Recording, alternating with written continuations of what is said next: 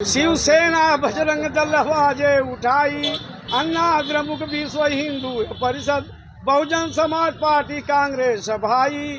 तब मोदी का याद गरिया रही, जब तक पृथ्वी पानी रही नहीं अजोरिया, मोदी का याद गरिया रही। धन्यवाद।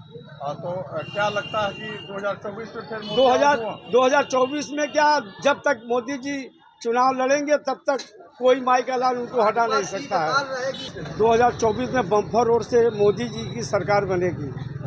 मोदी जी ने जो काम किया, आज तक कोई प्रधानमंत्री पैदा ही नहीं हुआ कि उनके बराबर कोई काम करेगा।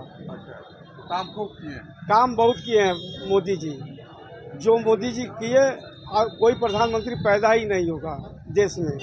2024 की सीनियर की अगर आप बात करें तो मुझे लगता है कि ये टर्निंग पॉइंट होगा भारत का, क्योंकि ऑलरेडी पिछले 2-4 सालों से कुछ ऐसी चीज़ें हुई हैं वर्तमान सरकार के द्वारा जो लगता है कि भारत दुनिया में अपना एक नया परचम खड़ा करने में काफ़ी हद तक सफल हुआ है। और 2024 हमारे भारत के लिए ऐसा टर्निंग पॉइंट होगा कि हम कुछ ऐसा नया करने में सफल होंगे कि दुनिया बाध्य है कि वो हमारे साथ चले, वरना उसकी गाड़ी रुकेगी, भारत की गाड़ी अब नहीं रुकने वाली, ये तय है। क्या लगता है अगला प्रधानमंत्री कौन बनने जा रहा है? जो अभी तक की जो संभावनाएं हैं, वैसे दावे के साथ तो कुछ नहीं कह सकते हम सभी लोग, मगर जो संभावनाएं दिखती है तो जो नरेंद्र मोदी जी हैं वो ज़रूर आएंगे, क्योंकि पूरे देश में जो फिलहाल एक जो संभावनाओं की चीज़ें तैर रही हैं हवाओं में, वो राजनीति कहिए, और सबसे बड़ी बात है जो युवा है ना, युवा उनको पसंद लगाए करने, स्कूल कॉलेज के घर की महिलाएं उन्हें पसंद लगी करनी है। और जहाँ तक मुस्लिम बंधुओं की बात है,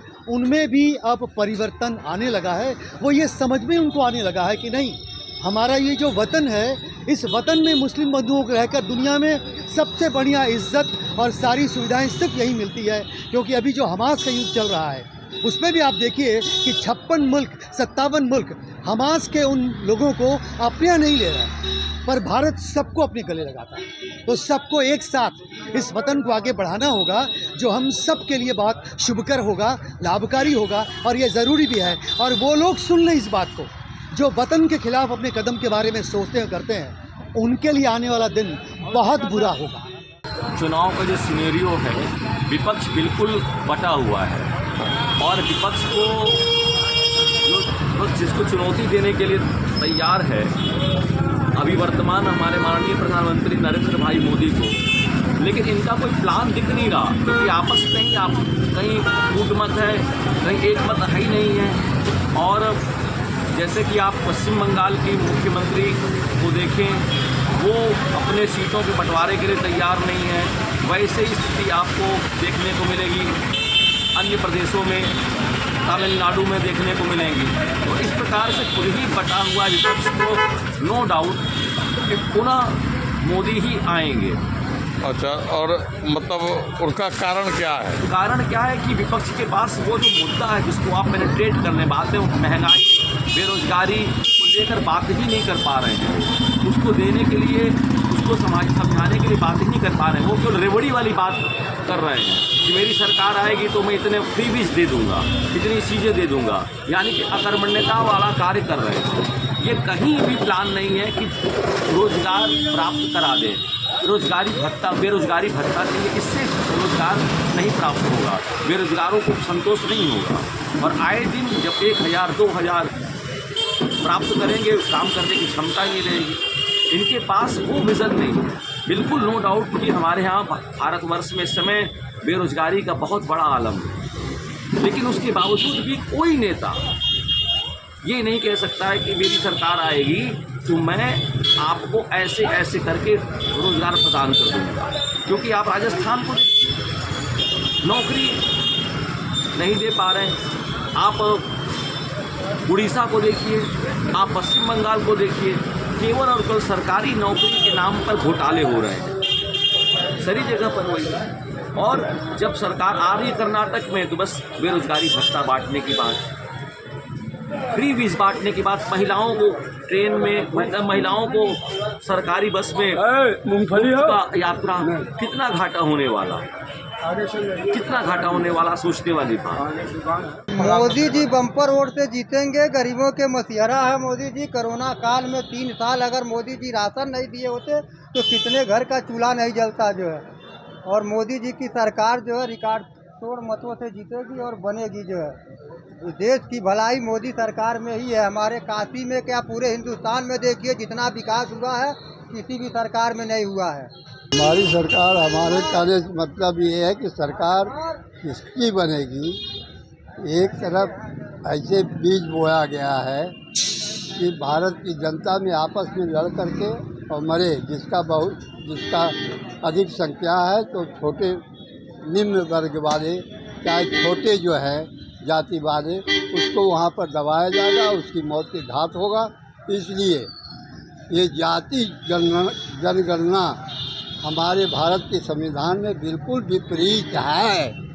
मैं इसका समर्थन करता हूँ, विपरीत है। ये बताइए 2024 में कौन प्रधानमंत्री बनने जा रहा है? 24 में प्रधानमंत्री कौन बनने जाएगा?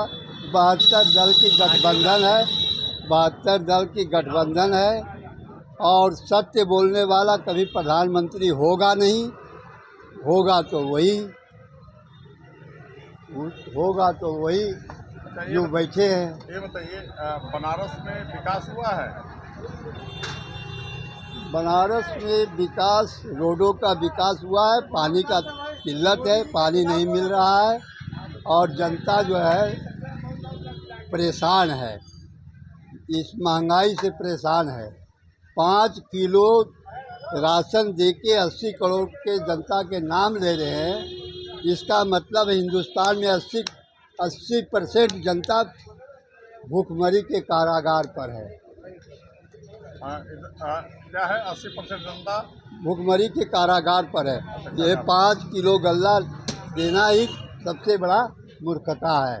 ये सरकार किसकी बनेगी किसकी नहीं बनेगी ये तो जनता को तय करना है, लेकिन मेरा ये निवेदन है भारतीय राजनीति से, राजनेताओं से, सभी राजनीतिक दलों से कि चुनाव के मुद्दे जो है वो जनहित से जुड़े हों। जनता के सरोकार राजनीति के केंद्र बिंदु में होने चाहिए। सभी पार्टियां अपनी अपनी नीतियां, कार्यक्रम लेकर के जनता के सामने आए, एक ब्लूप्रिंट रखें कि वो देश के लिए, जनता के लिए, जनता के हित के लिए क्या करना चाहते हैं, इसका ब्लूप्रिंट सामने रखें, घोषणा पत्र में इसे शामिल करें और उस घोषणा पत्र को एक पवित्र दस्तावेज के रूप में ट्रीट करें उसको, न कि ये कि चुनाव लड़ने के लिए तो कुछ कुछ बोला जाता है इसलिए इसका कोई महत्व नहीं है। ये बताइए कि बनारस में मोदी के विकास को आप किस रूप में देखते हैं? मोदी जी के विकास को लेकर के अलग अलग धारणाएं हैं लोगों में। जो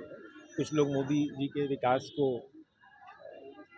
अप्रूव कर रहे हैं, मान रहे हैं कि नहीं कुछ परिवर्तन हुआ है शहर के अंदर जो है, और कुछ लोगों का ये मानना है कि नहीं, जो जिस तरह का विकास का मॉडल मोदी जी ने अपनाया है वो वाराणसी के लिए जो है वो उचित नहीं है। जो वाराणसी की जो ज़रूरतें हैं, यहाँ का जो सामाजिक और आर्थिक परिवेश है, जो इसको देखते हुए विकास कार्य किए जाने चाहिए। लोगों की ये शिकवा शिकायत है कि ऐसे आपके नज़रिए से विकास कैसा हुआ है? हमारे नज़रिए से भी विकास जो है वो मिला जुला है। जो है इसको अगर आप अंकों में कहना चाहेंगे तो मैं 10 में 5 अंक दूंगा इसको जो है। और अभी बहुत कुछ किया जाना बाकी है, जो कुछ रोज़गार की दिशा में कदम उठाने की ज़रूरत है। 2024 में तो जनता का मिजाज कुछ बदला लग रहा है, लेकिन विपक्ष जब तक एक नहीं हो पाएगा तो उसका फायदा इन लोगों को मिलता रहे। तो कहाँ रुकावट है एकता में? मेन रुकावट यूपी में। हाँ, यूपी में सबसे बड़ा संसदीय क्षेत्र है, कुल 80 सीट हैं। हाँ, यही विपक्ष को बंटवारे के में अगर विपक्ष एक हो गया तो ठीक है, नहीं तो उसका लाभ तो जो है अन्य दलों को मिलने का। तो ये बताइए कि अगला कौन प्रधानमंत्री बनने जा रहा है 2024 का? अब अगला प्रधानमंत्री तो मैं अभी नहीं बता सकता, लेकिन अभी जो 5 राज्यों का है ये सेमीफाइनल हो रहा। हाँ हाँ, इसका असर तो पड़ेगा लोकसभा चुनाव में। तो 5 राज्यों का सेमीफाइनल 5 राज्यों में जो भी होगा, जिससे मान लीजिए हाँ। तेलंगाना है, छत्तीसगढ़, मध्य प्रदेश, राजस्थान, अगर ये तो कांग्रेस मजबूत लड़ती है तो 2024 में इनके लिए दिक्कत हो। 2024 में जो है नरेंद्र मोदी का है, क्योंकि ऑप्शन में कुछ है नहीं। और जहाँ तक लगता है कि मोदी को एजुकेशन के बारे में ज़्यादा सोचना चाहिए, क्योंकि नौकरी जो है बेरोजगार बहुत लोग हैं, लेकिन एजुकेशन के बारे में उनका बहुत वीक है। बाकी सब मामले में तो उनका बहुत अच्छा है और बेहतर रहेगा कि आगे मोदी आए, यही जो है। मेरी दृष्टि में 2024 में मोदी ही प्रधानमंत्री रहेंगे, इसलिए कि उनका कोई विकल्प अभी दिखाई नहीं दे रहा है और उनके कार्यकाल में विकास बहुत अधिक हुआ है, इसमें दो राय नहीं है। ये कहना कि विकास नहीं हुआ है, ये दो राय नहीं। कुछ लोगों का कहना है कि बेरोजगारी की समस्या बढ़ी है, ठीक है। ये भी सोचना होगा कि जहाँ जहाँ विकास हुआ है वहाँ वहाँ लोगों को स्वयं काम धंधे करने का अवसर भी मिला है, ये भी है, जिससे कि बेरोजगारी जो है इससे दूर होती है। और दूसरी बात ये है कि जिस बिंदुओं को लेकर के मोदी चल रहे हैं वह राष्ट्रवादी बिंदु हैं और बिना राष्ट्रवाद के देश का कल्याण नहीं हो सकता है, यह मेरी सोच है। और जो भी राष्ट्रवाद को लेकर के चलेगा वही जो है इस देश में जो है सत्ता में आएगा, मेरी ये सोच है। वे लोग जो कुछ वर्ग विशेष को विशेष महत्व देते हैं, ऐसा नहीं है कि मोदी नहीं दे रहे हैं, उनको मोदी भी देते हैं। मोदी का कहना है कि वो भी देश के नागरिक हैं, इसमें दो राय नहीं है, लेकिन उनको ये नहीं कहते हैं कि एक विशेष दर्जा दे दिया जाए। उनका कहना है कि विशेष दर्जा किसी को नहीं दिया जा सकता, सभी भारत के समान नागरिक हैं और सबके साथ समान व्यवहार होगा। यह मोदी की अपनी एक सोच है। इसलिए मेरी यह सोच है कि 2024 में भाजपा की सरकार आएगी और वो भी मोदी जी के नेतृत्व में।